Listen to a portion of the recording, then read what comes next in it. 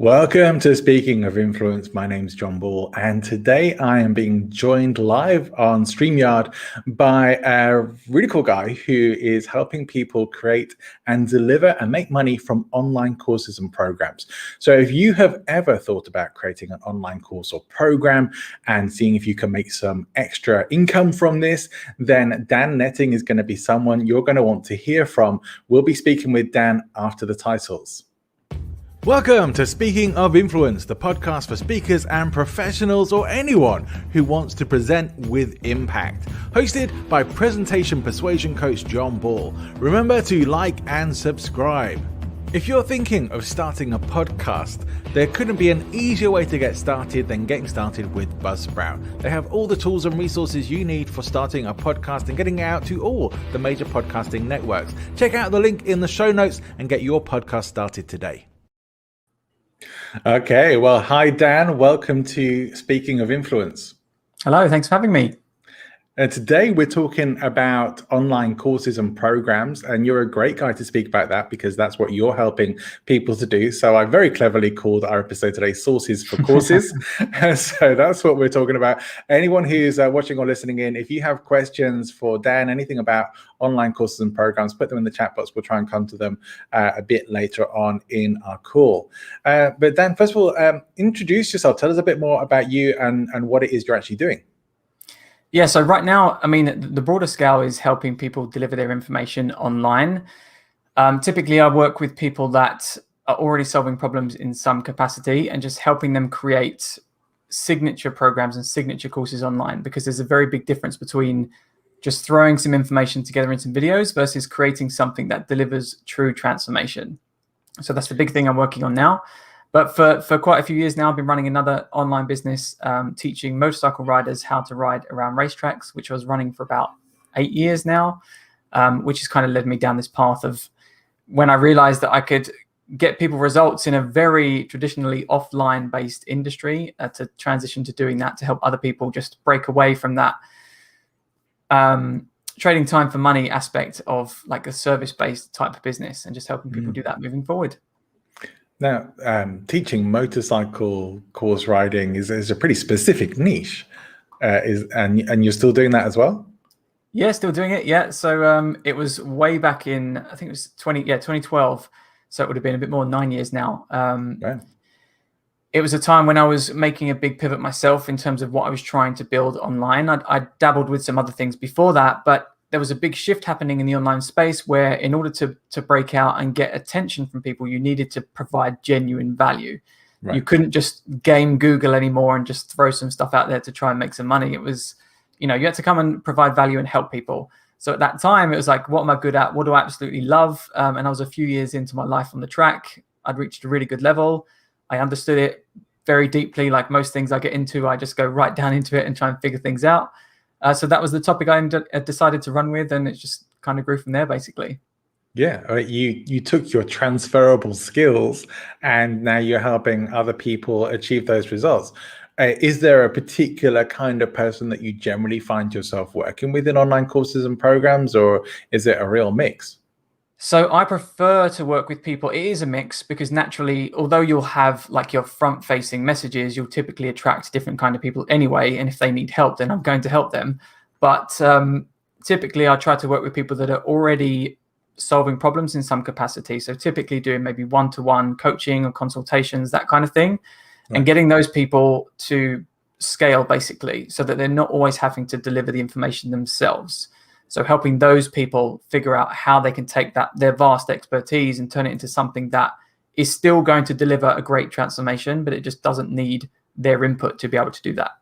Yeah, this is a really great way for people to leverage their time. Now, you may agree with me that I think things were very much going in that direction anyway. I think from what you say, you inferred that also, and maybe things have been a bit more super accelerated by the events of the last year or so.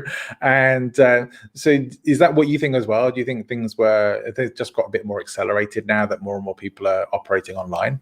Yeah, 100%. They were forced to, both from a business point of view, because they could no longer deliver their stuff face to face if that's what they were doing before or anywhere offline. But also from a point of view of users as well, more and more people were being forced to go online to find solutions to the problems that they had. So people were very quickly realizing that the online space is a really good place to do that. So yeah, I mean, the growth of the e-learning industry is just looking huge. I haven't seen any rejigged numbers, but I would guess it's accelerating a lot quicker because, yeah, I would say by a good few years at least, because people are realizing that both on the user side and the business side, that it is a great place to get information and to sell information. Yeah.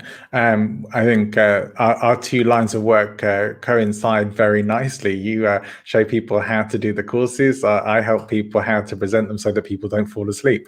Yeah, it's all good stuff. What's just to help people get a realistic idea of what's really involved in this? What kind of income expectations are realistic from creating online courses and programs these days? That's a big subjective question, that one, because it can entirely depend on excuse me, the industry and how much they go all in with it and what you build off of it, because the course doesn't have to be the only part of the business. So for example, if people are selling services already, whether it's one-to-one coaching or consultations, they can still do that, but they can just feed that business with a course element too. So from the courses specifically, again, it depends massively on the price that you're selling it for, but honestly, the ceiling is pretty high in most industries, certainly looking at like general day-to-day job kind of salaries anyway. Yeah, it's interesting. I know we've spoken about this online before now. It's interesting that you mentioned about providing value through these kinds of programs, because certainly there are many courses out there and a lot of them selling for big bucks that aren't necessarily delivering value. Some of them are really delivering a lot of hype and a lot of big promises, but not actually delivering the follow through and doing it in such a way that I think people are coming off these courses thinking there's something wrong with them and that other people are getting successful from doing these things, and maybe even feeling a bit of animosity towards the online courses and education side of things as well. Like assume like one bad apple spoils the whole crop, right? So what are your thoughts on that particularly?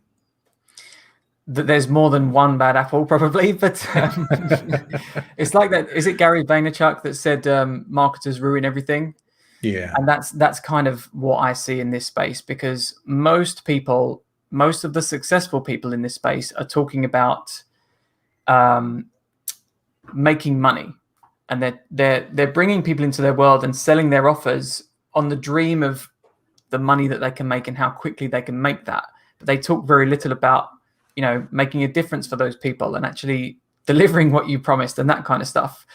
So what I don't like about that, as you rightly pointed out, is that when you're sold this dream that maybe they can achieve this big thing very quickly, which in the vast majority of cases you can't, it takes a long time to build that up. The person comes in, but then they think because it's not working as quickly as they like, they think that they are the problem. And that's one of the things that really, pisses me off about the way that they do business, because it's getting people down on themselves and thinking that they're flawed and that they can't do it, when really they just needed to put in more time and they would eventually get to that stage, or they could potentially get to that stage if they're putting in that time. But yeah, it's there's a lot I dislike about it. I post fairly frequently about stuff I dislike about this industry in general, but it's a positive on my side because it gives me something to contrast against. And like this week is a prime example. This week I'm running a workshop, a free 5-day workshop for people to come in and start to find out what they could do with their expertise. And I'm already getting so many messages from people saying how refreshing it is to hear from someone like me that they can see has integrity and that kind of stuff. So in that sense, because I'm so contrasting to those people, it does help me. So while I very much dislike what they're doing to people, being able to show my side of things definitely helps me in the long run, I would say. Yes, definitely. When I first got into the world of coaching and personal development, there were so many people flooding into that space, especially because I guess around that time it was around the start of a recession. And I think it was it was talking about maybe 2007 that I really sort of started getting active as a coach. And in that space, especially when around 2009, where I started moving more into full-time coaching, there were so many people coming into it who had no certifications, no experience, no good reason to call themselves a coach. But because it's an unregulated business for the most part, you can just call yourself whatever you want and start coaching people and doing the work. The reality has been that most people haven't stayed the course. That those people will come and you sort of feel, okay, well, these people around, they may give they may even give the industry a bit of a bad name for a while, whilst there's people out there doing something that they not really able to do properly or effectively. Maybe it's the same here as well with online courses and programs. Realistically, people will get the bad names, people won't stick around, or they won't really make the money from it because they don't know how to deliver the value. And so I think probably things will straighten themselves out, right? I would like to think so. I certainly hope so. I think people figured out that you could make money quite quickly by just being a good marketer and not having to deliver something good. It's real short-term thinking, and I just couldn't possibly operate a business like that. But yeah, like you say, I think more and more people are getting wise to it, because especially since being in this industry, like seeing the kind of comments that I see on like the typical sleazy marketers, people are seeing the trends now. They're seeing the tricks, if you like, that they're using to get people into their world and to sell them on stuff. So yeah, I'm hopeful that things will certainly start to get better.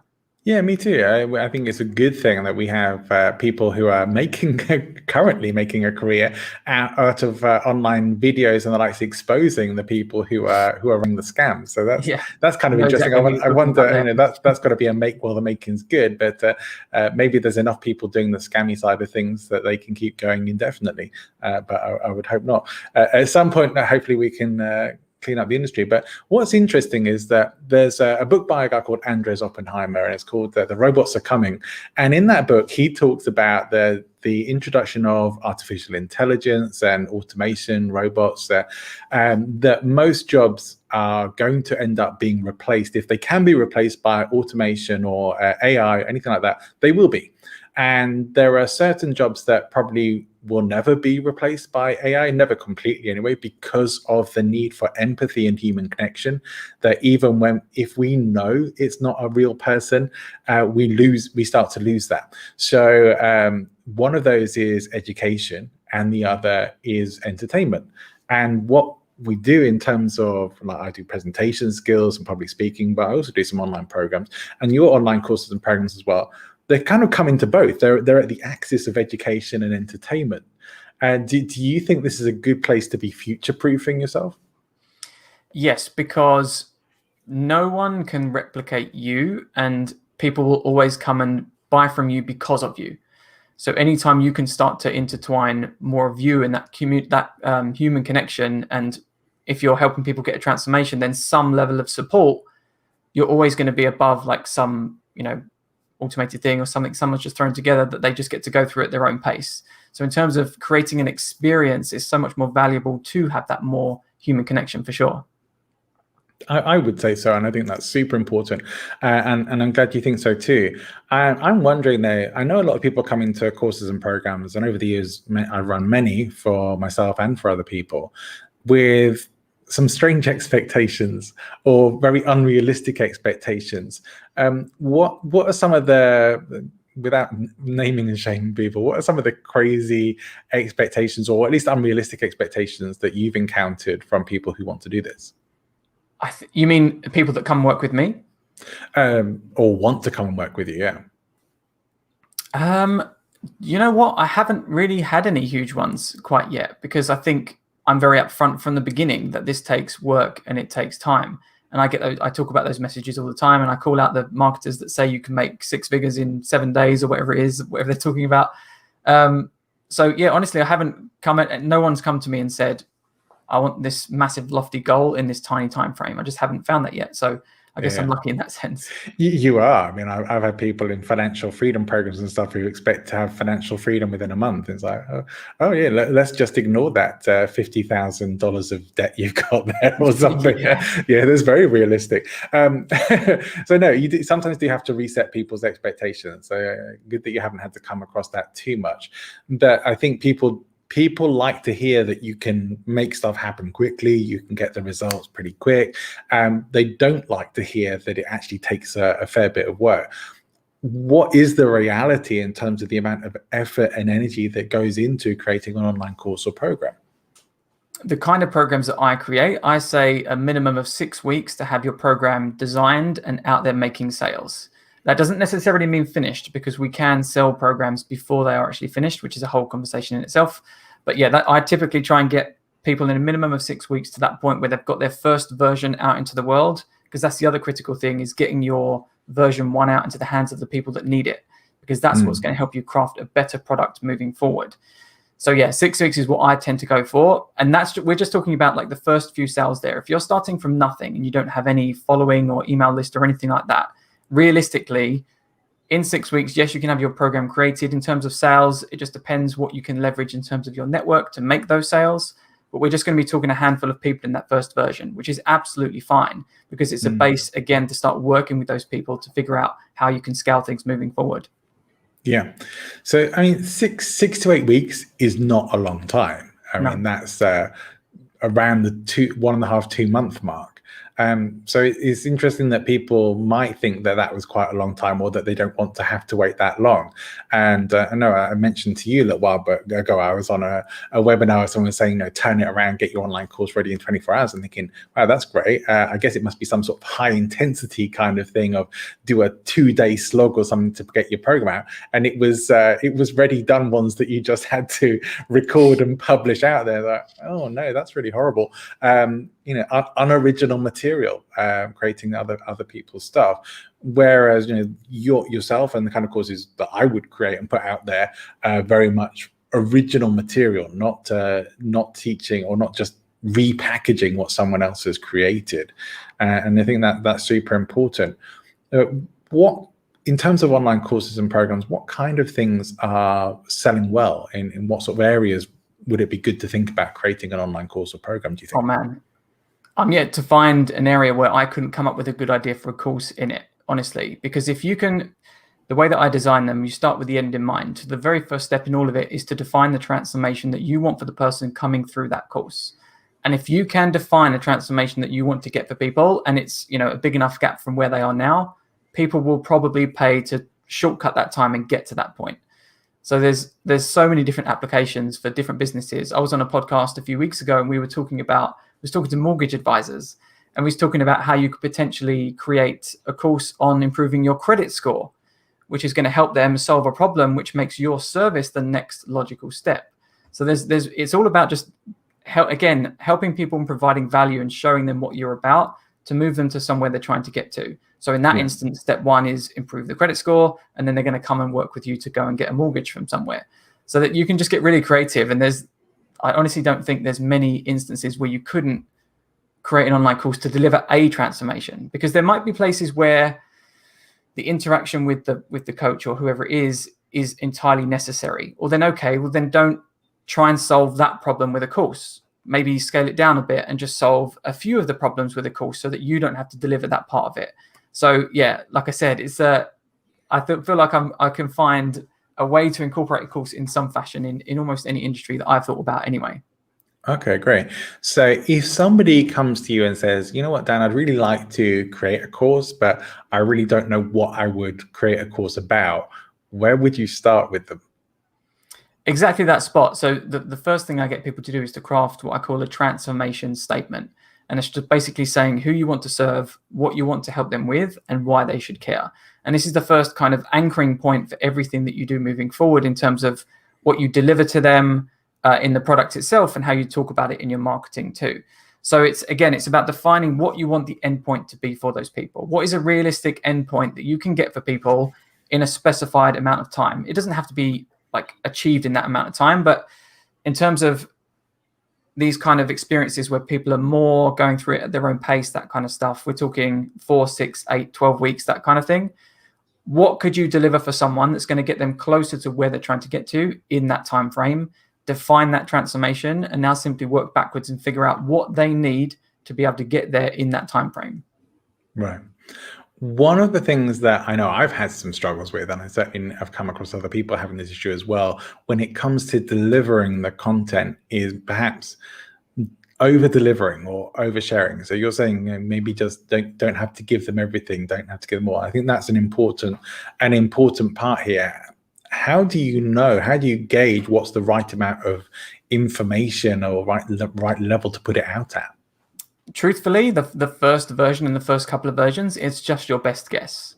But what I get people to do once they have that endpoint is to then work back and figure out the pathway first. So thinking of like the typical stages that someone's going to go through to go from point A to point B, then I get them to start thinking about what's the big progress markers or milestones you want them to achieve along that. And then again, it's just coming back to those smaller pieces and thinking what's the minimum information they need and what's the minimum steps they need to take to actually, take those steps and keep moving along.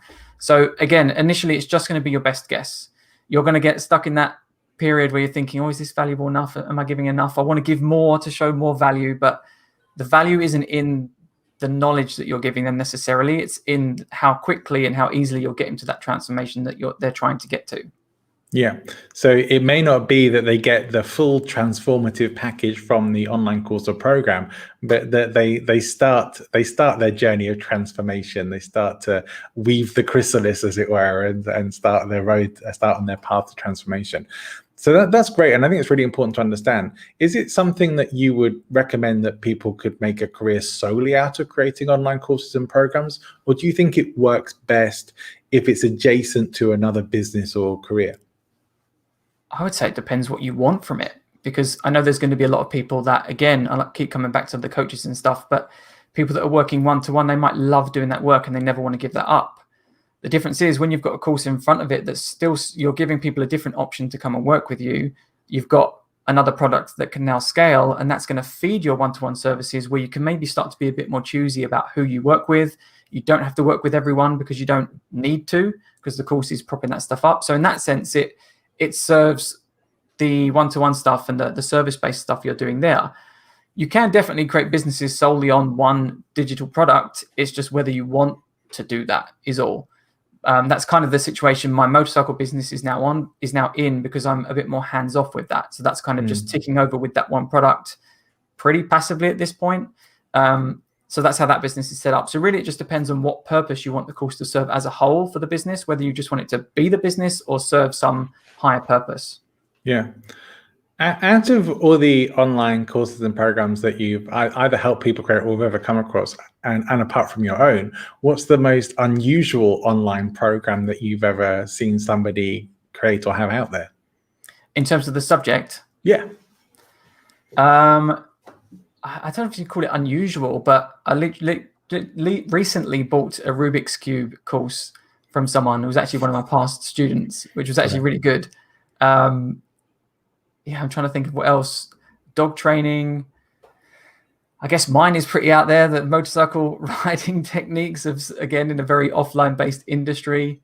Yeah. Nothing too crazy that I can remember. I mean, I would have seen hundreds over the years because I've been part of these communities for a long time now. But yeah, nothing that makes you kind of stop and double take, I would say.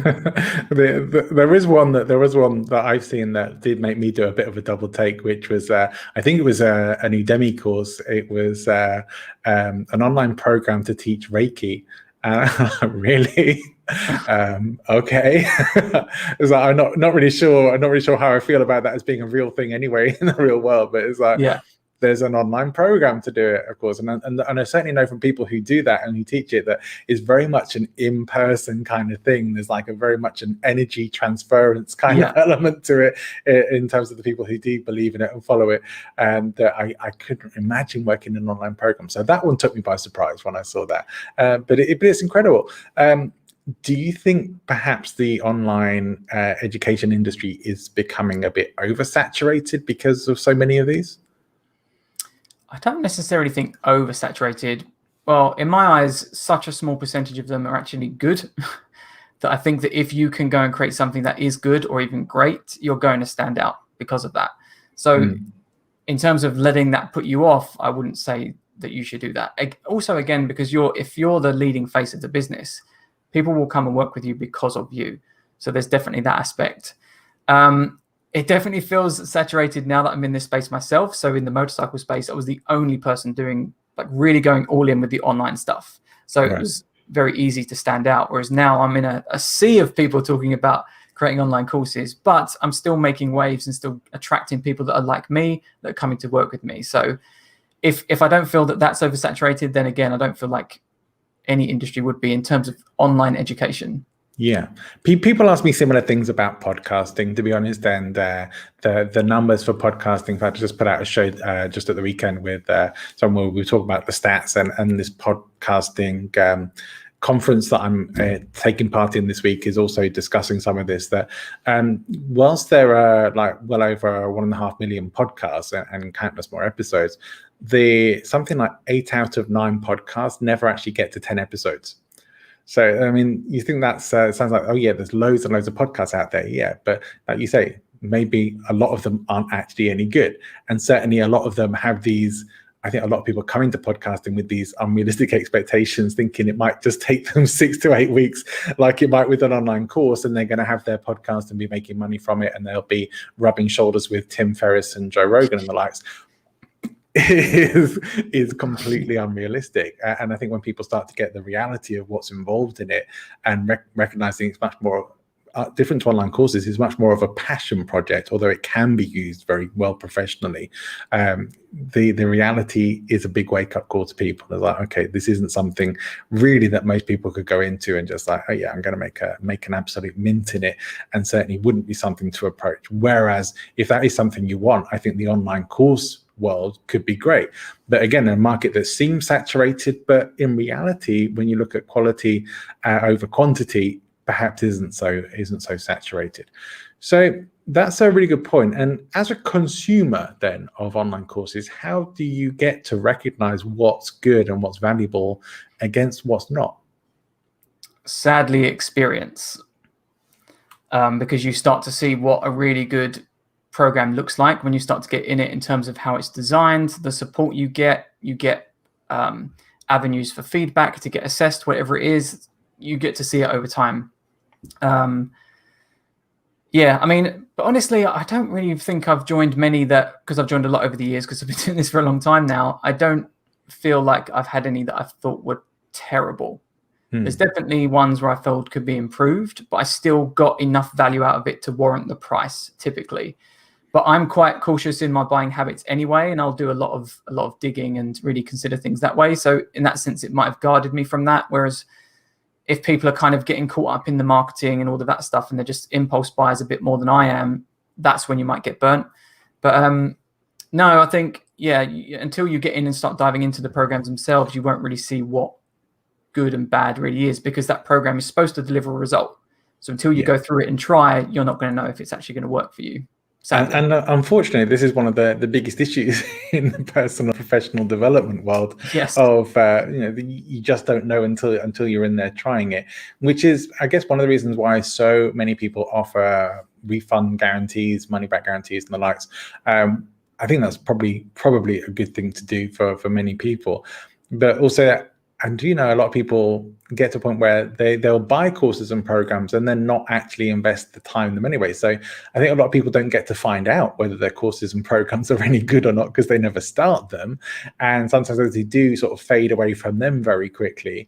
And so it's only really the people who go through and actually complete them who are ever going to find out if it was any good or not, which perhaps is a bit unfortunate, because you think, well, check testimonials and what people are saying about it and stuff, and yet people can do a very good job of sort of manicuring the figures and the testimonials and making everything look like it's really good, or even bringing in fake testimonials. And so again, you think you can trust the reviews and the testimonials, and you can't always, unless you really can get clear that they're from real people and that you can actually check them. And again, I think there's more things coming out about that. In the UK, there's Trustpilot. Is that something that would apply to online courses and programs, do you think? I definitely think it could. I've personally never tried to incorporate it myself. For me, it's about showing them, before I ask them to buy anything from me, what I'm about and how I can help them. So typically that means delivering either value from my content, or if I'm putting on these experiences where I'm actually helping people make steps before ever asking them to buy from me. So they're getting to see me, they're getting to see how I work, they're getting to see my knowledge base, and then they can start to form a picture of whether or not they think I can actually take them to that point, and then I present them with the offer. So in that sense, yes, testimonials and case studies are great, and they should definitely be leveraged in our marketing, but a lot of it too comes from just showing what you're about and how you can help those people. Yeah.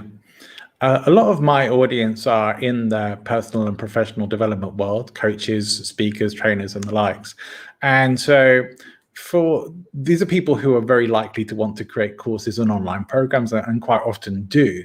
And in that market, if you mentioned about there's a difference between if you have a list and if you don't. If you're just getting started and you don't have your list, you don't have your following, how can you then go about? I mean, I would imagine from my own experience that getting the course made and published is one thing, but then the work really begins when you have to start marketing it.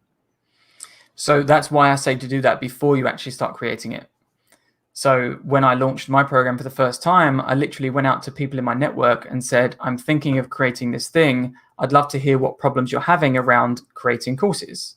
And then I get them onto a call. I start a relationship with them. I serve them on that call and help them through any problems they might have at that point in time. And then I just circle back with them and offer them to come in as a founding member. And that's exactly what I did. And I got my first 5 members off the back of that. And then I was off to the races because of my first cohort, and I could work with those people and figure out how to make improvements moving forward. So in that sense, if you haven't got a big following and all those things, I would just leverage any part of your network that you think you can, anyone that you know that you think might be interested in what you're going to be doing, and just go and speak to them. Just treat them like friends and just try and help those people, and then offer them a chance to come and work with you. And I think maybe right now, at least, things like Clubhouse could be very useful for that. I don't know if you're on there yourself, Dan, but it's a place where you could open a room and say, "Hey, I'm thinking of working on this. Wondering what kind of problems people are experiencing," and just open a room and see who drops by, and start working and talking to people. Yeah. So I'm not on Clubhouse because I'm not sure if it's made it to Android yet, but No, I haven't made so I haven't made it in there yet.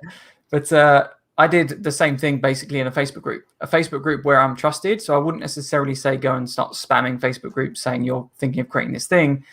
But I went into this group where it's like a good little community. I know the people, I've met many of them in person before.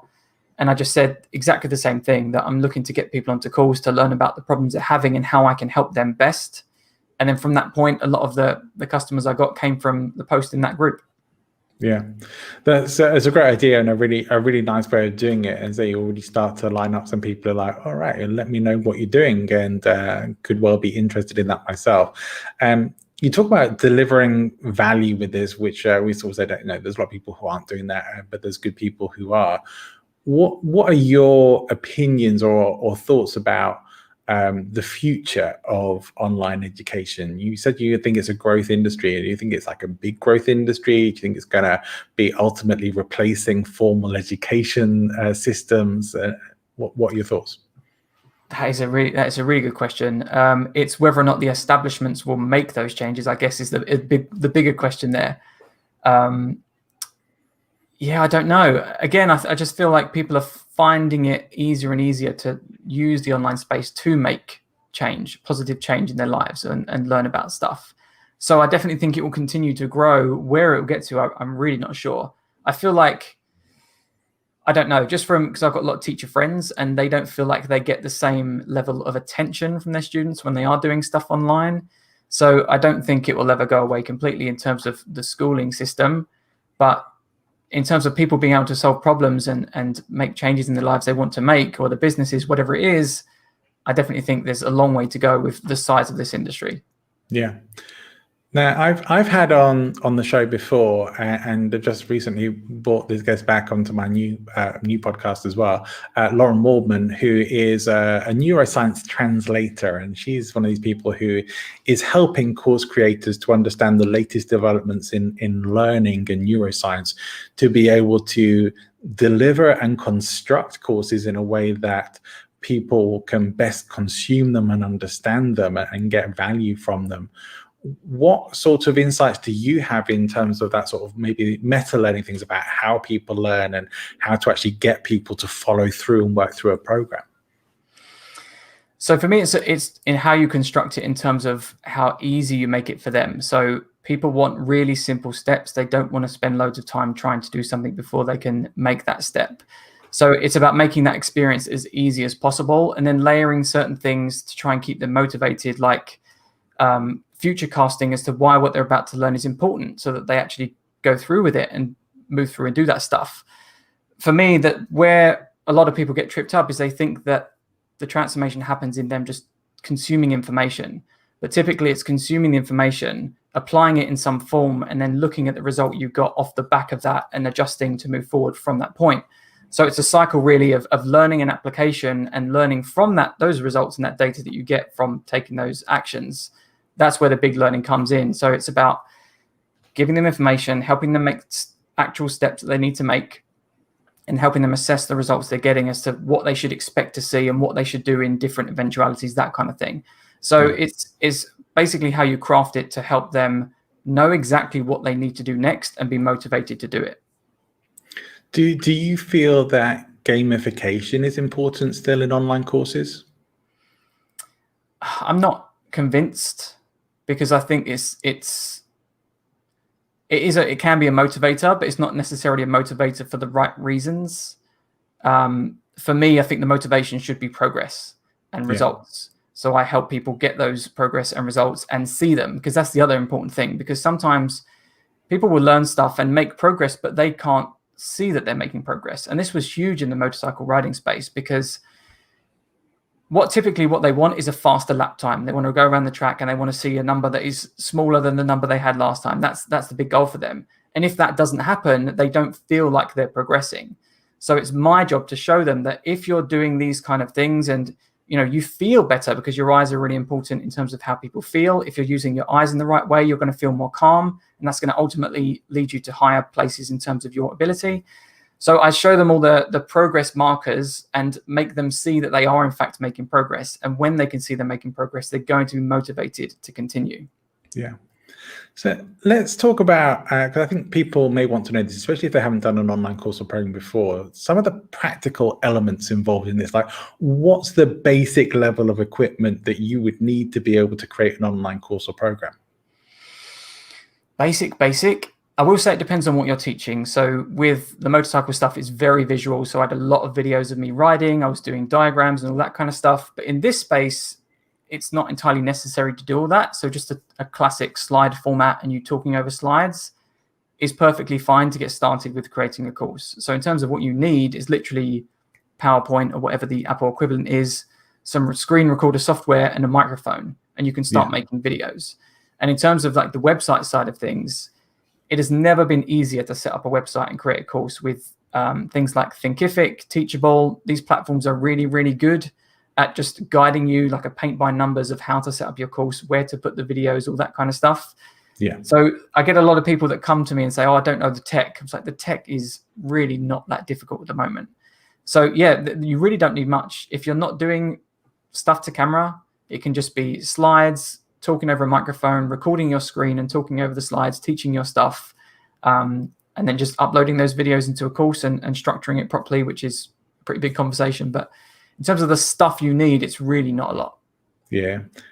Keynote is the Apple equivalent of PowerPoint. Okay. I say that for anyone who's watching or listening who has Apple and has never used it. If you're wanting to do a PowerPoint on Apple, that's the application you need, Keynote. So it's interesting you brought up the different platforms for online courses, because there are a lot to choose from, and you mentioned some that I'm familiar with, like Thinkific, and I don't know if you said Kajabi, but I know it's one of them as well. Teachable and the likes. And there are plenty out there as well who are maybe doing things a little bit of a slightly different way to them, but there are numerous platforms out there. So how do you decide for yourself what's the best way to get started? Like, which platform is the right one for you based on what you want to do or create? You know what? I would probably say most of it comes down to budget and time.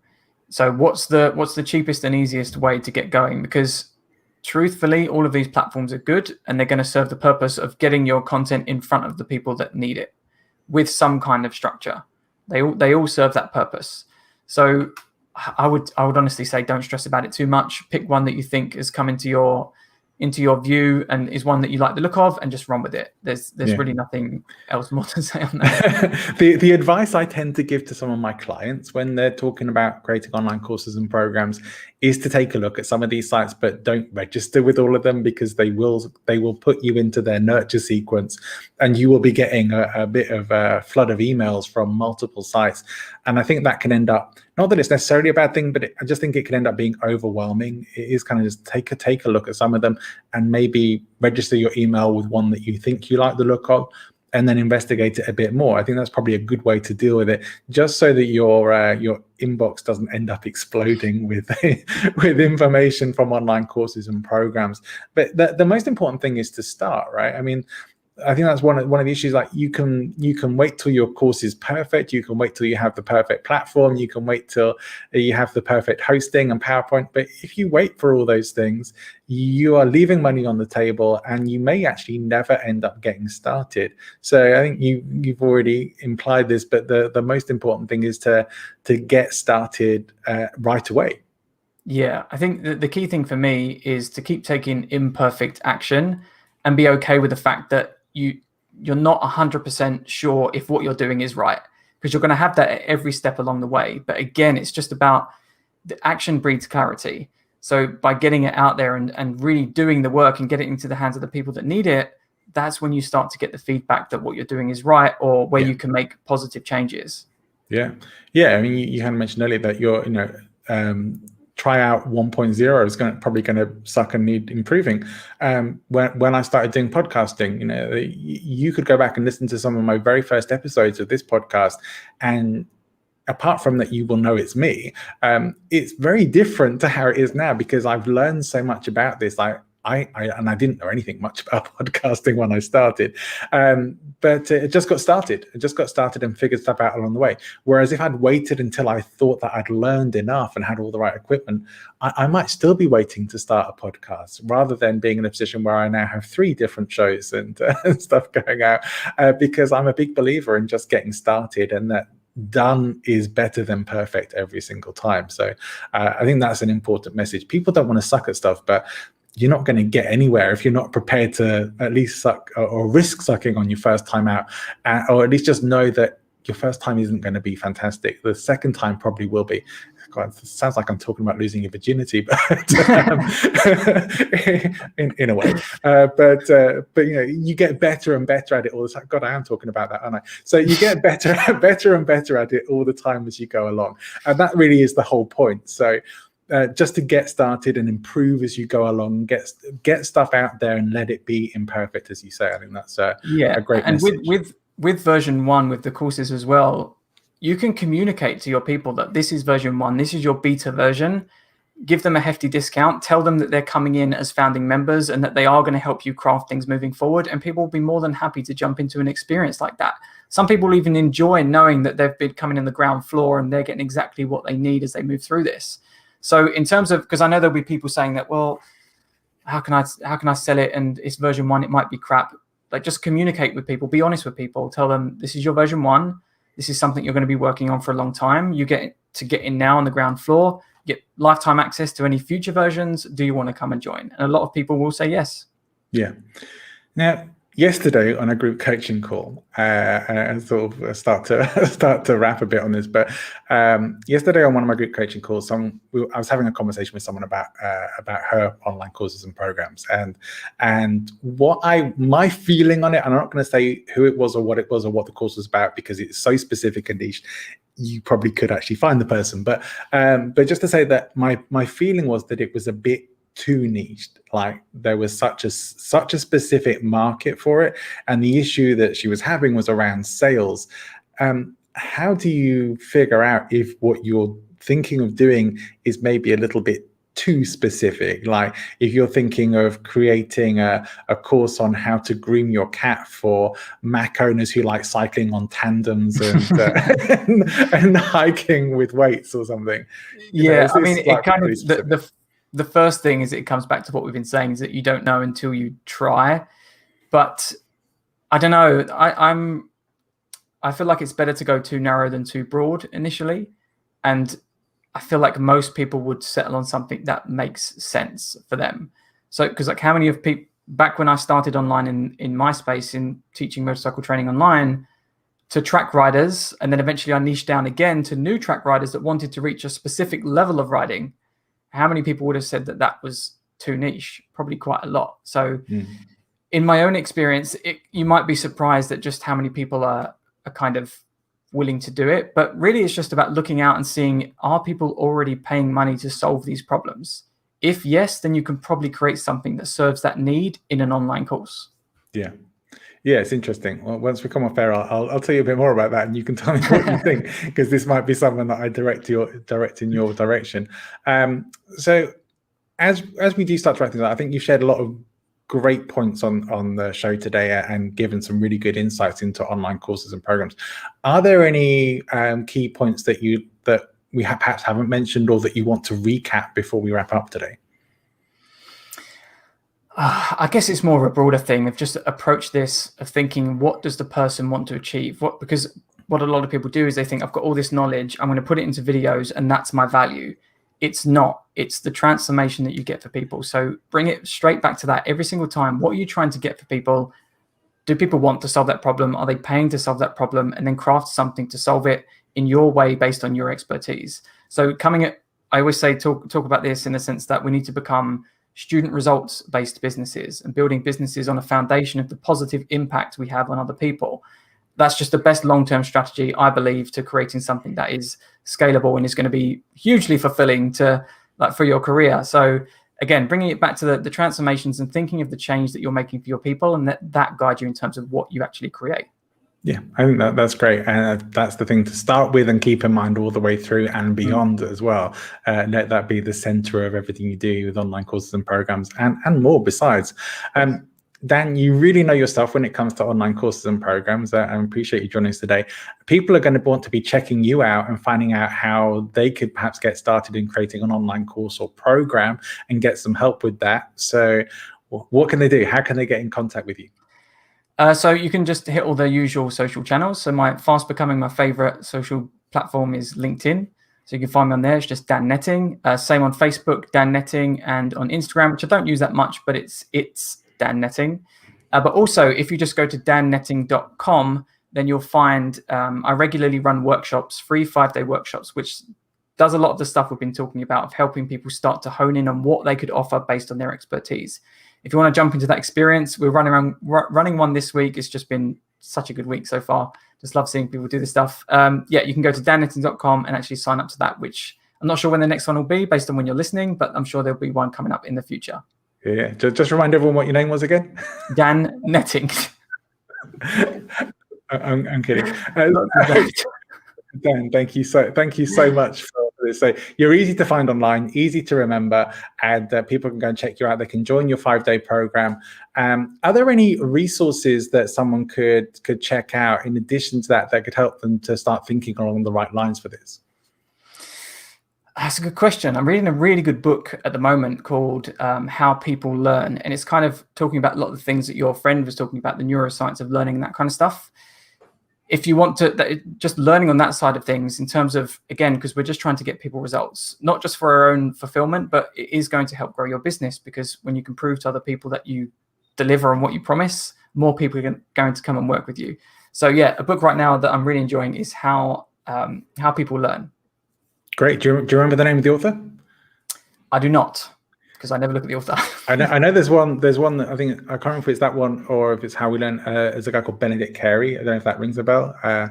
If it's that one, maybe something else. Anyway, I'm going to be looking it up and I'll pop it in the show notes. I'll pop it in the show notes for everyone as well, so that they can get that, as well as links to come and find you on socials and all of that as well. And I hope people will hit you up and come and find out more about creating online courses and programs. I think it's a great way to create additional income for yourself, or maybe even a whole income for yourself in the future. And certainly so many things moving in that direction. Dan, thank you for giving us your time and sharing so much great information with us today. No problem at all. Okay, so let's wrap things up for today's episode of Speaking of Influence. And next time on the show, you'll be getting to hear from, actually look out for the show from the corporate action hero. Look out for the show from the corporate action hero. This is a guy who has whips and nunchucks and stuff in his act, and a really cool guy. So please look out for that. That's coming up soon, and I'll see you again very shortly on Speaking of Influence. Thanks for tuning in. Remember to like and subscribe to the show. And if you're on Apple Podcasts, leave us a review. It really helps. Why not grab yourself a copy of the Last Minute Presentation Checklist? If you want yours, visit presentinfluence.com and follow the download links. If you'd like to be a guest on the show, or you know someone who would, or you're interested in sponsoring the show or finding out more about presentation skills, please contact me, John at presentinfluence.com. You can find me on Twitter at John A. Ball, or on Facebook. Join the group Speaking Influence and come and find out more, as well as getting daily content from me and updates on all the latest trainings and courses available. Also, check out my new podcast, Points of Change, all about life transformation and the people who make that happen. Lots of great conversations going on there, available on all good podcast players. Have an incredible week and join us again next time on Speaking of Influence.